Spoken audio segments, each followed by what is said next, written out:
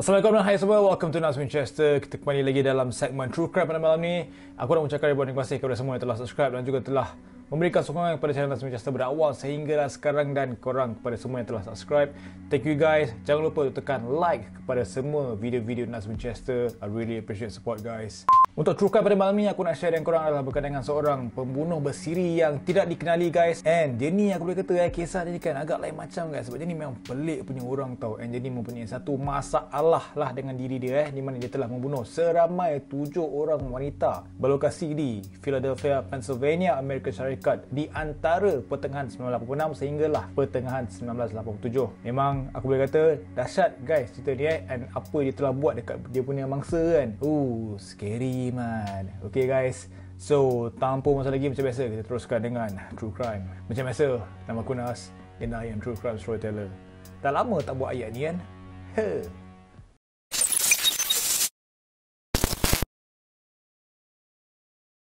Seorang lelaki yang bernama Harrison Frank Marty Graham ataupun lebih dikenali sebagai Harrison. Dia ni telah dilahirkan pada 9 September tahun 1959. Dia ni merupakan seorang pembunuh bersiri Amerika yang telah membunuh 7 orang wanita di Philadelphia, Pennsylvania antara pertengahan 1986 sehinggalah pertengahan 1987. Dan apa dia telah buat dalam dia punya kes ni kan guys, dia telah menyimpan mayat mangsa dia di dalam apartmen dia sendiri. Gila tu dia ni. Dan kemudian pada tahun 1988 pula, dia ni telah didapati bersalah atas semua pertuduhan dan juga dia ni telah dijatuhkan hukuman memati. Hukuman memati, mat. Hukuman mati. Tetapi guys, dia punya hukuman tu kan, hukuman mati dia tu telah kemudiannya ditukar kepada penjara seumur hidup. Mesti kau pelikkan, bunuh 7 orang, penjara seumur hidup? Takkanlah kan. Aku akan cerita dekat korang segalanya dalam True Crime malam ni. Harrison Marty Graham.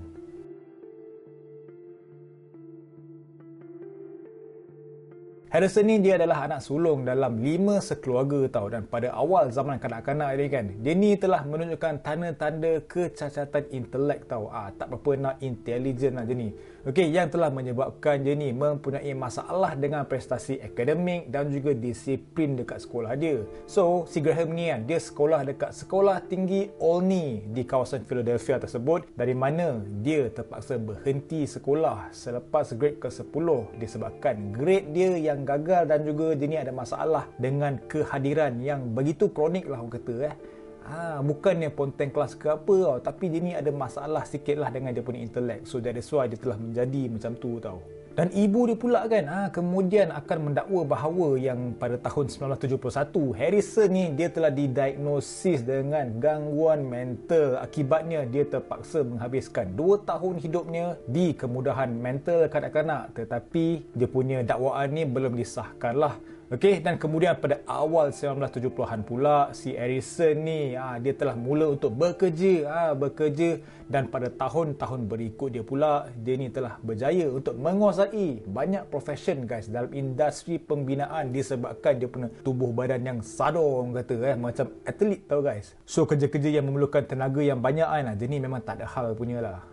Dan yang bagus ni kan, sepanjang dia punya pekerjaan tu kan, dia ni mendapat satu reputasi yang baik tau. Ramai dia punya klik, dia punya member-member dia kerja semua kan, bos-bos dia punya semua kan, katanya dia ni memang seorang pekerja yang bagus. So that is a good thing lah. Walaupun dia ni mempunyai kecacatan intelek, tetapi dia ni memang bekerja keras. Dan kemudian pada tahun 1979 pula, dia telah meninggalkan rumah ibu bapa dia dan berpindah ke Philadelphia Utara untuk mencari perumahan di kawasan kejiranan yang penuh dengan kemiskinan dan juga jenayah tau. Okey, mungkin dia tidak mampu untuk mencari rumah dekat kawasan yang up-up sikit lah kan. So dia terpaksa untuk memilih perumahan di kejiranan yang sebegitu tau. So which is quite sad lah sebenarnya Dan dekat sini bermulalah segala kegelapannya guys. Okey, sebab dalam tempoh tersebut dia ni dah mula dah pandai dah nak minum alkohol, menggunakan dadah dan juga menghabiskan banyak masa dia di kalangan bapa-bapa ayam dan juga pelacur guys. Dia dah mingle dengan orang yang salah. Itu yang kita tak mahu guys. Okey, Inilah dia, bila dah pindah keluar dari rumah mak bapak dia, dah perangai pula dah Malaun ni. Dan macam aku cakap tadi kan, dia ni adalah seorang lelaki yang tinggi dan juga bertubuh seperti atlet tau kan. Dia ni juga kan, walaupun berbadan sador macam tu, muka fighter kan, tapi dia ni tidak dianggap sebagai seorang yang ganas terhadap orang lain tau. Okey, dan dia ni juga tidak pernah pun didakwa atas sebarang jenayah. Nasib baiklah, walaupun dia ni kaki minum, kaki dadah, kaki bapa ayam semua kan, tapi dia ni tak ada terlibat dalam sebarang jenayah. Tapi apakah yang bakal berlaku kan? Sebab kita pun dah tahu kan ending cerita ni sebenarnya. Dan tak lama selepas itu kan, pada tahun 1983, si Harrison ni dia telah menyewa sebuah apartmen di kompleks perumahan dengan kebanyakan ruang yang kosong tau. So dekat situ tak berapa ramai lah dia punya penduduk kan. Okay, so bila dah tak ramai penduduk kat sana, sebilangan penduduk termasuk si Harrison ni kan, mereka telah pun memagar bahagian kecil tempat letak kereta berhampiran dengan bangunan itu dan juga membina dinding kecil dengan 2 tingkap kecil guys. Tiba-tiba nak buat renovation sendiri kan. So dekat situ, dekat tingkap kecil tu kan, di mana mereka telah membuat aktiviti pembelian dadah. Dan dalam 4 tahun berikutnya pula, Harrison ni dia telah mengubah apartmen dia menjadi sarang dadah guys, di mana rakan-rakan dan juga kenalan selalu melawat dia untuk membeli dan juga menggunakan dadah. Nampak dia punya progress mat. Okey? Dapat jumpa tempat pot untuk membeli dadah kan. Siap buat dinding ada tingkap kecil untuk berjual beli dadah. End up rumah dia sendiri jadi pot. Hey, Harrison boy, what are you doing man? Namun begitu guys, Harrison ni dia tidak pernah pun terlibat dalam tindakan yang ganas tau. Okey? Dan dia ni selalu membayar sewa dia on time guys. Tak pernah lambat tau. Okey, sentiasa on time. Yalah, mungkin dia dah jual dadah semua kan. Masyuk lah cerita dia kan. Mau tak awal bayar sewa kan. Dan dia ni juga selalu jugalah bermain bolang keranjang. Bermain bola keranjang dengan community tempatan dekat sana. Memang friendly lah diri sebenarnya. Walaupun dia ni orang kata apa, friendly kan. Tapi dia ni mempunyai satu background yang begitu gelap guys. Dan bukan itu saja tau. Okey, bukan dia boleh hidup dengan dia punya duit daripada jualan dadah je tau. Okey, disebabkan dia ni mempunyai masalah mental lah orang kata Dia ni juga hidup daripada pencen hilang upaya dia guys. Okey, dia ni telah diberikan wang lah untuk meneruskan kehidupan dia, dan dia ni juga digambarkan sebagai seorang yang baik oleh rakan dan juga jiran-jiran dia dekat sana.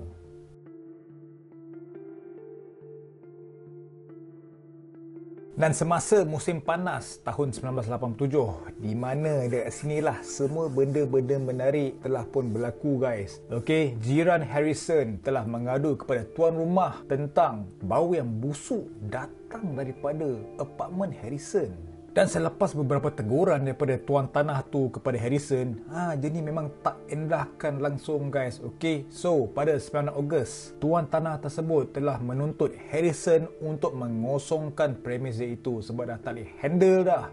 Bau dah macam bau bangkai mat rumah So end up member kena halau tau. Tetapi yang pelik dekat sini kan, memanglah si Harrison ni dia kena halau tau. Tetapi yang herannya kan, si Harrison ni dia enggan untuk membenarkan sesiapa pun masuk guys. Okey, sampaikan macam biasalah kalau kena halau ke ataupun bila kita pindah keluar daripada rumah sewa kan, kita akan biar elok-elok lah kan. Tapi si Harrison ni dekat pintu depan itu kan, dia ada mula letak macam papan-papan dengan cardboard tau dekat depan pintu tu. Ibarat macam dia memang tak nak orang masuk walaupun dia ni telah dihalau oleh tuan rumah tau. So dekat sini macam dah pelik dah. Apa benda dia ni nak buat sebenarnya kan? Dan selepas dia dah buat semua benda-benda tu dan sebelum dia meninggalkan tempat tersebut, dia telah mengumpul barang-barang peribadinya dan melarikan diri melalui pintu bomba. Heran kan? Kenapa nak kena lari kat pintu bomba kan? Jalan depan sudah kan? So dekat sini kan dah nampak macam terdapat satu benda yang agak sangsi lah dekat si Harrison ni tau. This Harrison boy. So macam biasalah bila tenant dah keluar rumah kan, penyewa dah keluar rumah, tuan rumah mesti dah nak check nak check whether dia punya bilik tu ditinggalkan dalam keadaan elok ke tidak ke apa kan. Tetapi tuan rumah tu tak dapat pun nak masuk ke dalam apartmen dia sebab yalah dia kena tutup dengan cardboard lah, papan bagai semua kan. So tuan rumah tu jadi panas lah macam malah uning kau ni kan. Dia pun dah marah, Terus dia pun menghubungi pihak polis. So macam biasa lah kan, bila pihak polis dah dapat panggilan daripada tuan tanah ni pun, mereka pun datanglah, dan salah seorang pegawai polis yang menjawab panggilan tersebut pun berkatalah bila dia sampai dekat situ kan, dia dapat menghidu macam bau kematian guys. Okey, apabila dia masuk ke kompleks apartmen itu tau, macam busuk gila. Masa masuk pintu macam pekong mat. Memang pekong gila lah bau kan. So macam polis macam ada benda yang terjadi dalam bilik tersebut tau. So bila polis dah pelik kan, bau busuk bagai semua, dia pun ikutlah daripada mana bau itu datang tau, sehinggalah dia sampai ke sebuah bilik apartmen di tingkat 3 dalam kompleks tersebut. Dan dekat situ apa yang dia jumpa adalah surat khabar yang telah berkulat, bekas makanan dan juga pelonggokan pakaian yang kotor, yang memang banyak gila pakaian yang busuk, termasuk juga guys dengan najis yang kering guys apabila dia masuk ke dalam kawasan tersebut. Dan dia juga ada menyatakan yang bahawa ada seseorang telah melukis gambar seorang wanita yang telanjang dekat dinding. Memang vandalism teruk gila guys. Okey, dan terdapat juga perkataan yang telah ditulis dalam apa yang kelihatan seperti ditulis dengan menggunakan darah. So bila kat situ, polis tu macam on red alert lah. Dia dah boleh rasa tau ada benda yang telah berlaku dekat sini tau. So bila polis tu dah sampai dekat bilik yang tertutup dengan papan tu, yang telah dipaku dengan papan tu, dia melihat melalui lubang kunci tau, dan dia dapat melihat satu tubuh badan. Okay, and tubuh badan tu, to be precise, adalah mayat seorang manusia.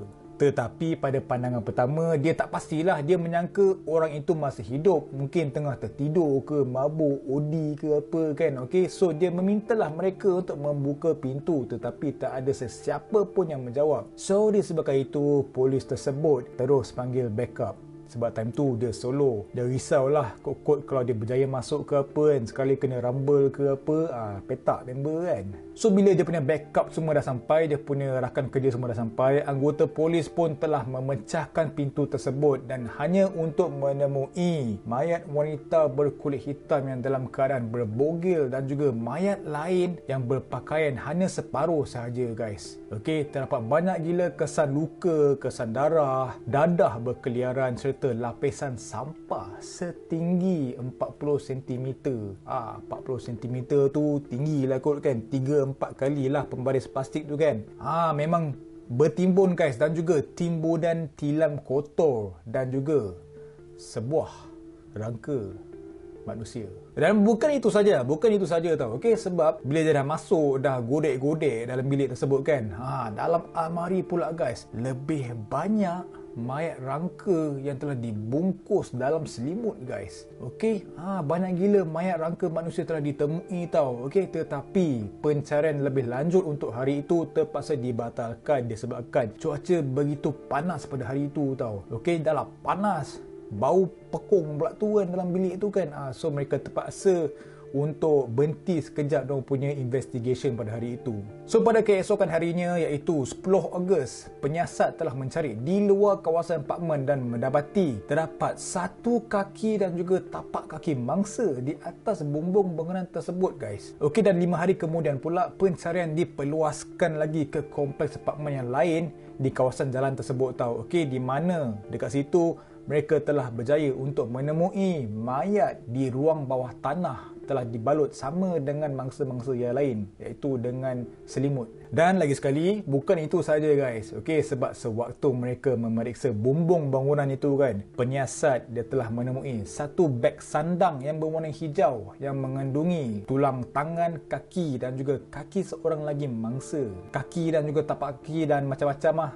Banyak gila lah dah jumpa guys dalam beg sandang tersebut Dan selain itu, penggalian di ruang bawah tanah pula telah mendedahkan tengkorak, tulang rusuk dan juga tulang pelvis milik mangsa ke-7. So itu bermaksud guys, dalam apartmen Harrison tu sendiri pihak polis dan juga penyiasat telah menemui 6 mangsa dia guys. Gila mat. Scary doh, aku tak tahu apa dia buat baik dalam bilik dia.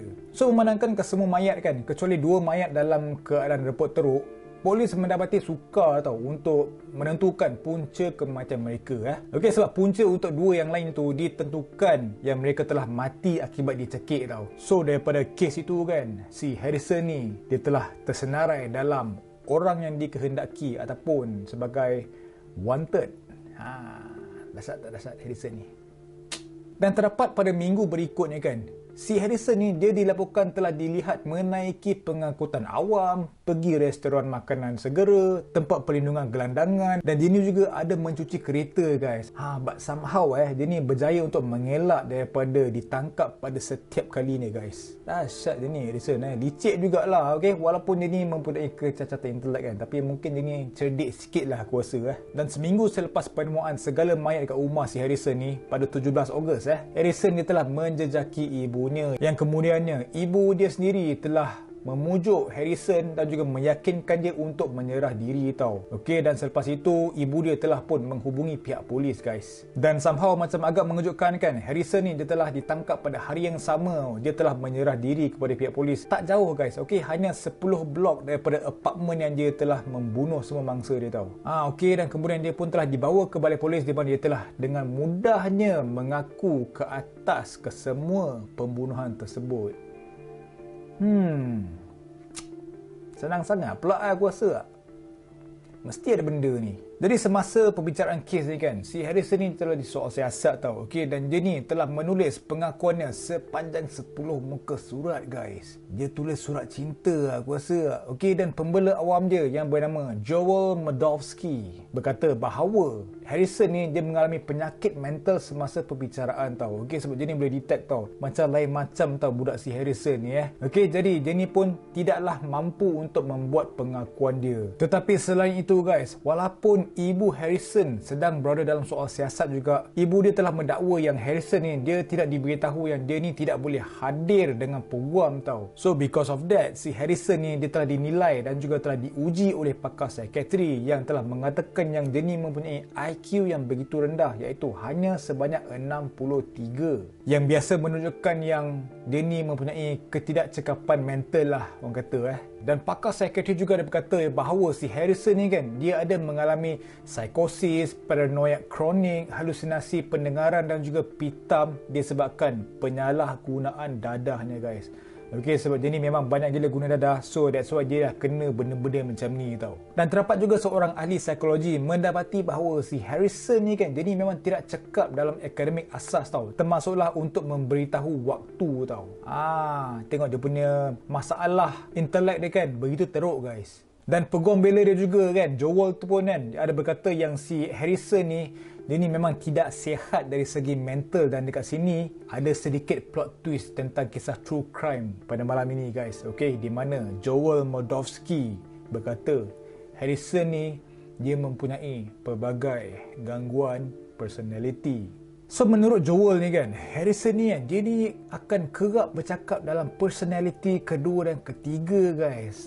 Dan salah satu personalitinya adalah seorang yang bernama Marty, seorang penukang yang mudah mesra dengan orang lain, popular di kalangan orang ramai dan juga seorang yang beragama. Dan terdapat juga satu lagi personality ni yang bernama Junior. Dia ni macam lain sikit lah personality dia. Okey, Junior ni merupakan seperti seorang kanak-kanak yang akan dilihat membawa mainan alat patungnya, iaitu patung Cookie Monster. Nampak? Comel-comel Cookie Monster barang sadar tapi bawa alat patung. Aduhai. Dan untuk personality ni yang ketiga pula, yang inilah yang paling kronik guys, di mana personality dia ni bernama Frank, seorang pembenci wanita. Bukan pencinta wanita tetapi pembenci guys. So, Frank ni adalah personality yang telah membunuh wanita-wanita tu semua dan juga telah terlibat dalam aktiviti-aktiviti nekrofilia. Sebelum pihak hakim memutuskan tuntutan kesihatan mental itu kan, mental si Harrison ni, seorang saksi yang bernama Paula telah dibawa masuk yang mendakwa dia tinggal bersama Harrison selama 3 tahun. Dan menurut Paula ni pula, Harrison ni sering mencekik dia semasa mereka sedang mengadakan hubungan intim. So dia berkatalah yang dia telah bercakap besar ataupun belagak dengan si Paula ni, si Harrison ni belagak dengan si Paula ni kepadanya tentang membunuh seorang wanita yang bernama Robin DeShazor dan melakukan hubungan intim dengan mayat dia, guys. So, Robin DeShazor ni merupakan salah seorang daripada mangsa Harrison Graham, di mana dia telah membunuh dia dan melakukan hubungan intim bersama mayat dia. Itulah maksud necrophilia. So si Paula ni dia berkatalah dia ni memang takut untuk meninggalkan si Harrison ni tau. Okay, sebab Harrison telah membunuh Robin disebabkan Robin ni telah mengancam untuk meninggalkan dia. Cuma terdapat percanggahan lah antara dakwaan Paula dan juga fakta pembunuhan Robin DeShazor ni. Sebab si Robin ni dia tidak dicekik seperti yang Paula katakan tau. Okey, tetapi sebaliknya dia dipukul sehingga mati dan tidak ada sejarah pun Harrison mempunyai hubungan jangka yang panjang. Seperti yang dinyatakan oleh Paula ni, dia tinggal bersama Harrison selama 3 tahun. Consider agak lama lah kan, okey, tetapi terdapat sedikit percanggahan. Harrison juga ada memberitahu hakim bahawa dia bukanlah pembunuh pada 8 Mac tersebut dan orang lain sebenarnya yang telah melakukannya, sehinggakan dia telah mengetepikan haknya kepada juri dan meletakkan nasibnya di tangan hakim. Dan sejurus daripada itu, Harrison dia telah dibati bersalah atas semua tuduhan pembunuhan peringkat pertama dan juga penderaan mayat. Harrison dia tidak mempunyai satu reaksi pun apabila keputusan itu kembali tau. Okey, keputusan telah dinyatakan oleh pihak hakim tau. Okey, tetapi dia telah meminta untuk mendapatkan semula patung Cookie Monsternya.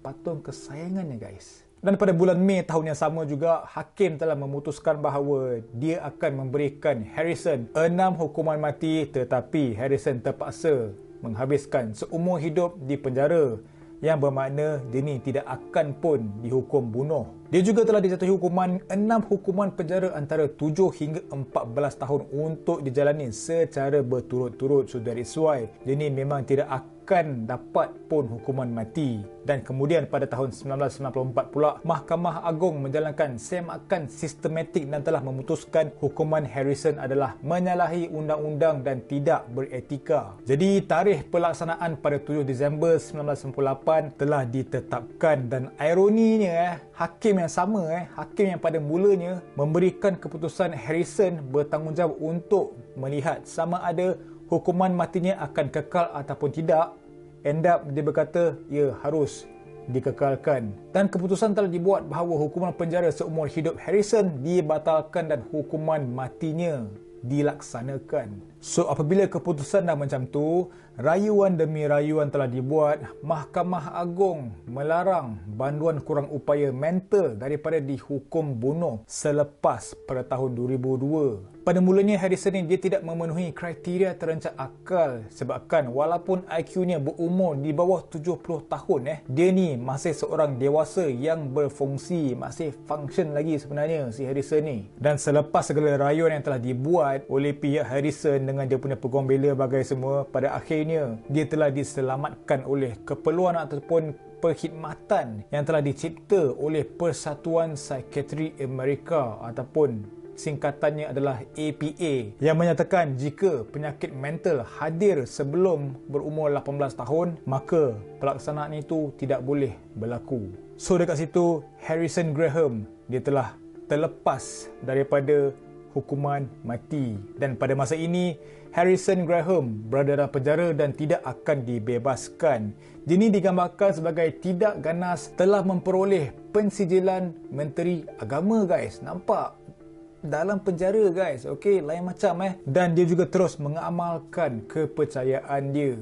Cumalah okey, walaupun dia macam terlepas daripada hukuman mati ke apa kan, tetapi kan kenapa dia masih lagi berada dalam penjara Itu je lah macam satu persoalan tau. Okey, sebab dia ni tidak sihat dari segi mental, dan biasanya penjenayah akan pergi ke kemudahan psikiatri apabila benda macam ni berlaku lah.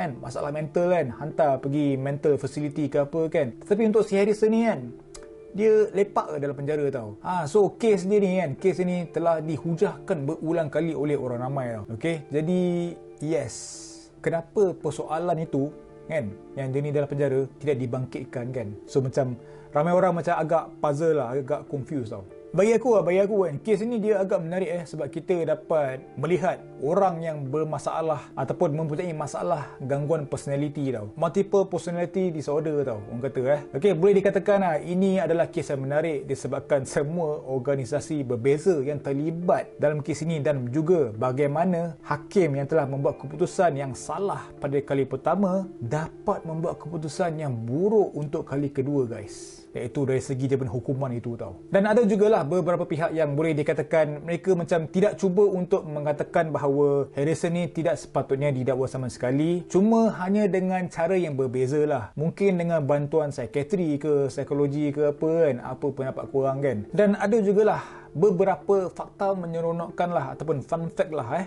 di mana si Harrison ni kan, dia ni akan sentiasa membawa mainan Cookie Monster bersamanya, guys. Ke mana-mana sahaja dia akan sentiasa bercakap dengan dia juga, guys.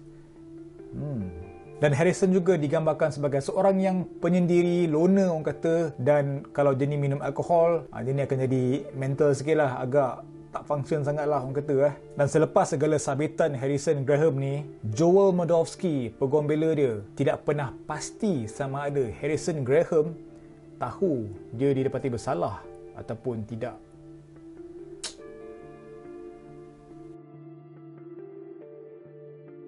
Jadi itulah dia guys, True Crime pada malam ni berkenaan dengan seorang pembunuh bersiri yang bernama Harrison Graham ataupun Harrison Marty Graham. Seorang pembunuh bersiri mempunyai gangguan ataupun masalah personality, di mana dalam kes ni dia punya 3 personality telah terlibat.